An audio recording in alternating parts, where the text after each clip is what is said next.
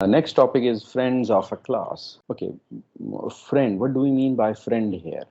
So friend can be, friend is a function or a class. So you can make a function or a class a friend of another class. तो बात जो underline concept है वो ये है कि a function और a class that is not member of a class. So कोई एक क्लास ए है या उस क्लास ए का कोई एक पर्टिकुलर फंक्शन है जो हम फ्रेंड करना चाहते हैं, लेट्स से क्लास बी के साथ, तो हम ये कर सकते हैं। इसका बेनिफिट क्या होगा वो हम अगली स्लाइड पे देखते हैं।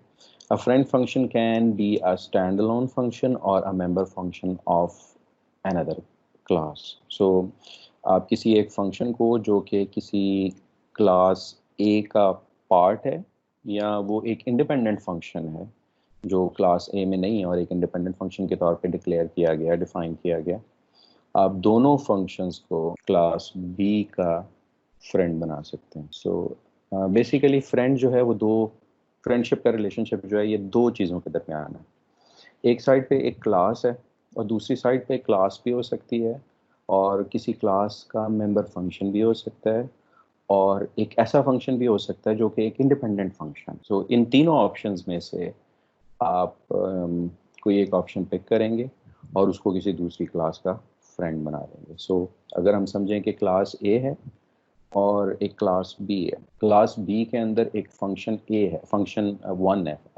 फंक्शन वन है, और उस क्लास की बाउंड्री से बाहर एक और फंक्शन टू है। तो अब हमारे पास जो फ्रेंडशिप की ऑप्शंस हैं वो ये हैं कि हम इधर क्लास बी को क्लास ए का फ्रेंड डिक्लेयर कर दें, या हम क्लास बी का जो एक मेंबर फंक्शन है फंक्शन वन, उसको क्लास ए का फ्रेंड बना दें, या हमारे पास जो थर्ड ऑप्शन है वो ये है कि हम जो इंडिपेंडेंट फंक्शन फंक्शन टू है उसको क्लास ए का फ्रेंड बना दें।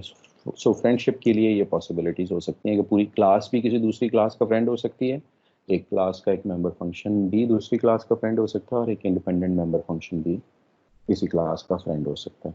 सो in order to declare a friend of a class with we use this keyword, friend keyword, in the function prototype.